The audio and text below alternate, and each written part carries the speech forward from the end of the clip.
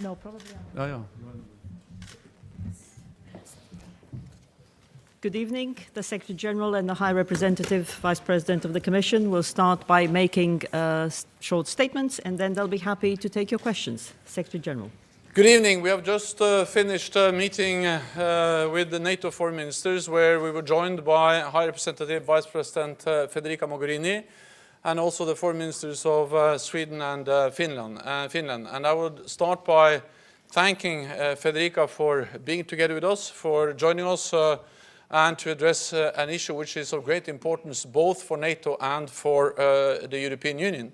And that is European defense and the cooperation between NATO and the European Union. And I would also like to thank you, Federica, for your strong personal commitment, for the hard work you have been putting into this over a long period of time, which has resulted in real progress. This is important for both EU and NATO, because we know that 90%, or actually more than 90% of the people in the European Union, they are citizens of a NATO country. We face the same security environment, we face the same challenges, and therefore we have to respond together based on our common values. And back in July 2016, I signed a joint declaration with the Presidents Juncker and Tusk. And after that, Federica and I, we followed up with 42 concrete measures, and we have been working on the implementation of these measures since then. And we have really made progress. For instance, on countering hybrid threats, Federica and I inaugurated a Center of Excellence in Helsinki a few weeks ago. On cyber, NATO and the European Union can now exchange warnings about cyber attacks and malware in real time. And just last week, the European Union participated in NATO's cyber coalition exercise, one of the biggest in the world. Yet another example of how we are strengthening our concrete cooperation. In the maritime domain, NATO's maritime operation Sea Guardian provides critical support to the EU operation Sophia. And there are many other examples, but now, tonight, we agreed on additional measures. So the task for Federica and me, for our staffs, for the European Union and for NATO, is to make sure that we are fully implementing those measures. And let me just mention three new areas where we have agreed to strengthen our cooperation. First, moving our forces and equipment quickly is vital for our security. This means we need procedures for rapid border crossing, as well as sufficient transport assets and robust infrastructure, meaning roads, railways, ports and airports. So it's obvious that this is an area where we need strong and very detailed and concrete cooperation between NATO and the European Union when it comes to military mobility.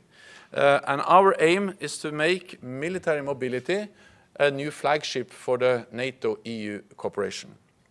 Second, in the fight against terrorism, we decided to strengthen the exchange of information between us and to coordinate our counter-terrorism support for partner countries.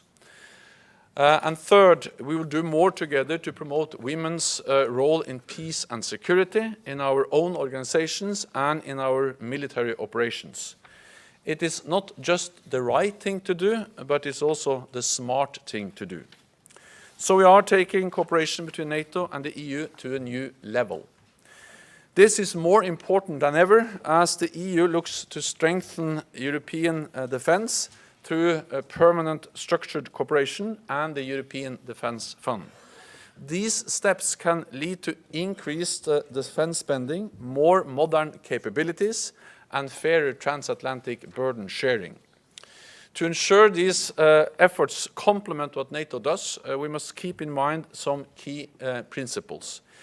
EU and NATO capability development must be coherent because we cannot present conflicting requirements and priorities to our nations.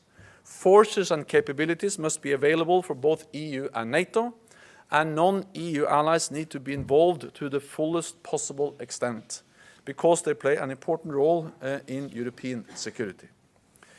NATO has ensured European peace and security for almost 70 years and remains the cornerstone for our collective defense. At the same time, we are determined to further strengthen our cooperation with the European Union. So for me, it's really a great pleasure to once again meet with Federica to discuss and to agree and decide on how we take this cooperation further, and then to know that we will work together, also making sure that we are implementing those measures. So welcome again, and please have the floor. Thank you very much, Jens. I feel quite at home by now. I remember that 1 year and something ago we were standing on the same stage presenting this ambitious plan to bring EU-NATO cooperation to a level that our two organizations have never experienced before. And everybody was a bit skeptical because this was probably the intention many times, but was never really reached as an objective.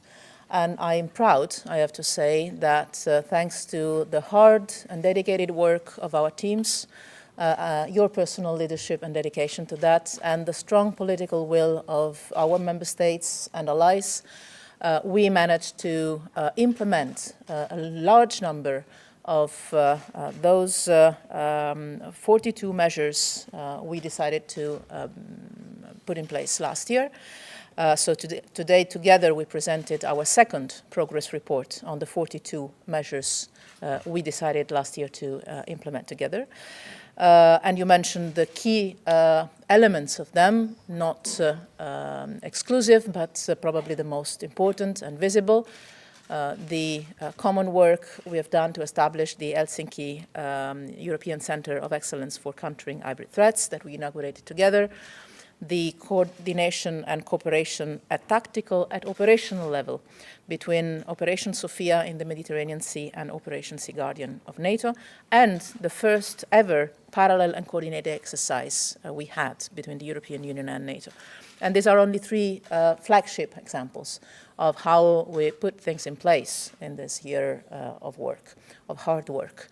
But I have to say that today we have not only together presented the second progress report of our common action, but we've also proposed to our both our councils, EU Council and NATO Council, the new set of proposals for further steps of practical cooperation in a process that is indeed parallel. Today, both councils adopted endorsed this new set of proposals of 34 new actions that will deepen our cooperation in the areas that we already defined in Warsaw at the summit last year, meaning countering hybrid threats, operational cooperation, cyber defense, defense capabilities, defense industry, exercises, capacity building of partners, and also strengthening the dialogue at all levels between EU and NATO.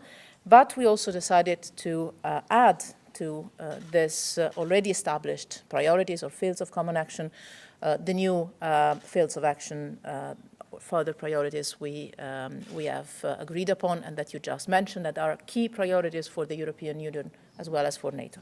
Counterterrorism, military mobility, which is a field where the European Union has tools that can help overcoming obstacles that NATO has been facing in the past, and women, peace and security. That is a key element for building security in the world, and we see it on a daily basis. I was particularly proud and glad to have this opportunity once again to not only discuss with the NATO allies ministers, but also to update them and you, Jens, on the progress that the European Union work on European Union defense and security is achieving. You know, it's quite historic times for EU defense and security. We are establishing the permanent structure cooperation. 23 member states signed the notification of their participation. They handed it over to me a couple of weeks ago. Jens was there with us in the same day. and a formal decision to launch the permanent structured cooperation is expected, I expect it, to be adopted on Monday next week at the Foreign Affairs Council I will chair. But work is still ongoing, so I cannot prejudge the results of the work member states are doing, but I would expect that this can be finalized by Monday, together with a formal decision, also a decision on projects that would go together with the formal decision of launching the permanent structured cooperation. And as Jens said, and as Jens has always believed, and I would like to thank you for the support, a strengthened European Union in the field of defense and security will also strengthen NATO, because it's about reducing fragmentation on the European side, making better use of economies of scale, and increasing efficiency of output of European defense. So it is also in NATO's interest that this process has got to such a level of unprecedented and quite historic development. As Jens mentioned, this is not the only part of the defense package the European Union has been putting in place in this last year. We also have the European Defense Fund that will support research and capability projects of European Union member states in a cooperative manner. This, again, will be beneficial also to NATO, because member states of the European Union have one set of forces that can be used also for NATO or UN operations, and obviously for those that are members of allies in NATO. And also we've launched a coordinated annual review on defense that helps us coordinating the budgets in this field. So to conclude, I'm extremely proud and satisfied because we managed today to say, 1 year after we basically launched this process, we managed at the same time to put in place the European Union of Security and Defense, fulfilling the full potential of the Lisbon Treaty that was never really implemented in this field, and at the same time strengthening the EU-NATO cooperation to a level that was never experienced before, showing that the two things are not only possible to go together, but complementary in real terms. And this is thanks to an excellent cooperation we have established. And I would like to stress once again the very competent, dedicated work that our both staff have been doing. This is also the solid basis for the continuation of the norm of having EU-NATO cooperation working on a daily basis on many different fields. So thank you, Jens. Okay, we have time for a few questions. Wall Street Journal.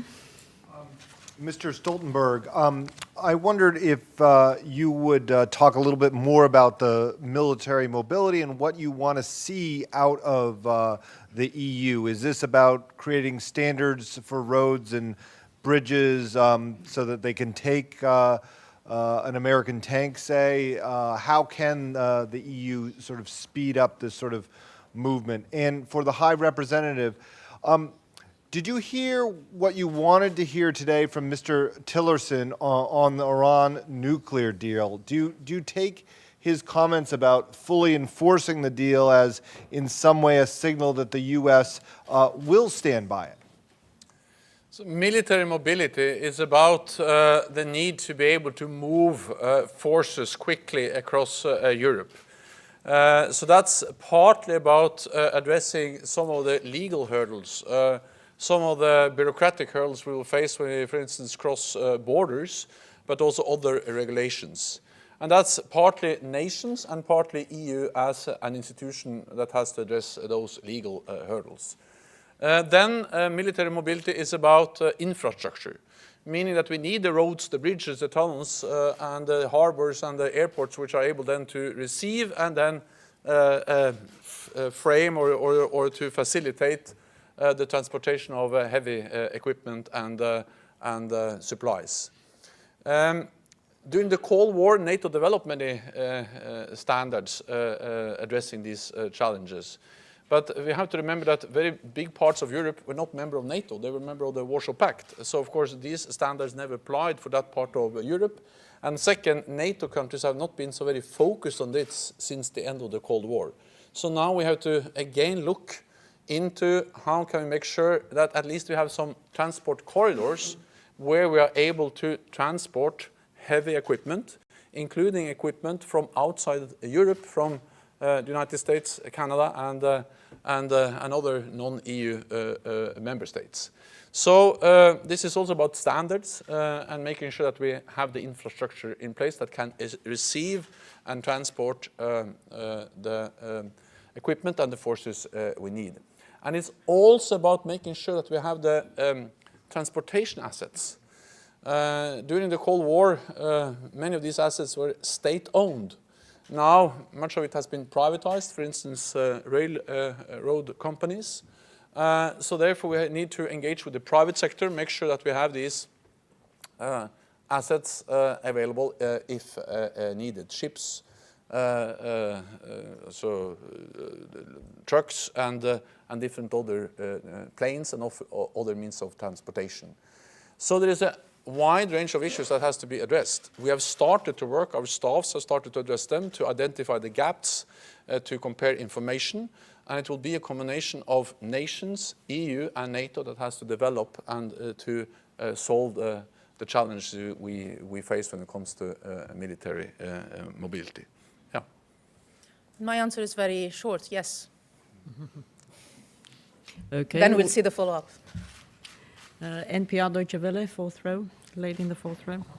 Hi, thank you. Terry Schoss with NPR and Deutsche Welle. For both of you, please, what did you make of the German foreign minister's comments coming into this meeting, saying that U.S. leadership is crumbling, that the U.S. seems to see Europe as a competitor rather than a partner sometimes, and is pursuing policies that might be hurting its allies rather than helping? I'm interested in both of your reaction. Thank you.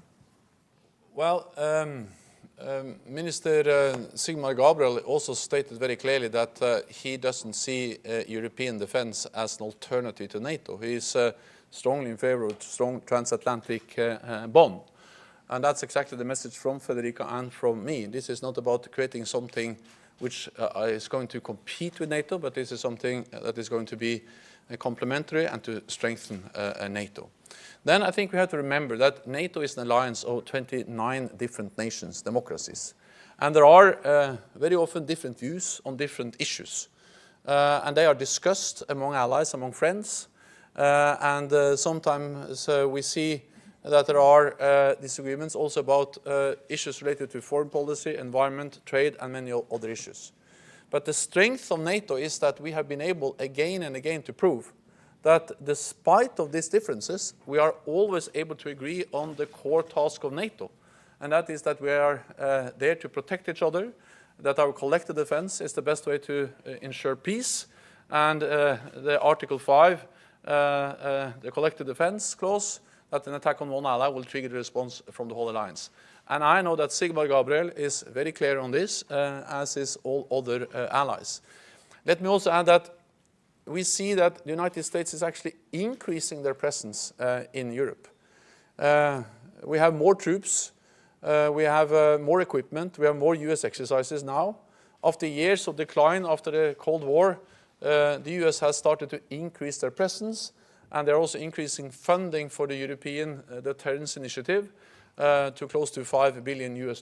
So it is more funding from the United States, there are more troops, more equipment. So I think that just underlines that the United States is committed to the transatlantic bond. The United States is not leaving Europe, actually it's coming back to Europe, also with Canada. And I welcome the leadership of the United States in the alliance. And I met with Secretary Tillerson, and he reiterated his ironclad commitment to the alliance and the US ironclad commitment to the alliance. So we are an alliance of 29 democracies. Sometimes there are different views, but we agree on the core task that we are there to protect each other. On the European Union side, obviously we are in a different position because we are a political union of 28 also democracies. And we have with the United States not a relationship of alliance, but of partnership and friendship. And this is a common basis that unites us not only for our history, but also for the future perspectives of trying to handle together some of the challenges the world is facing and trying to get some of the opportunities the world is offering.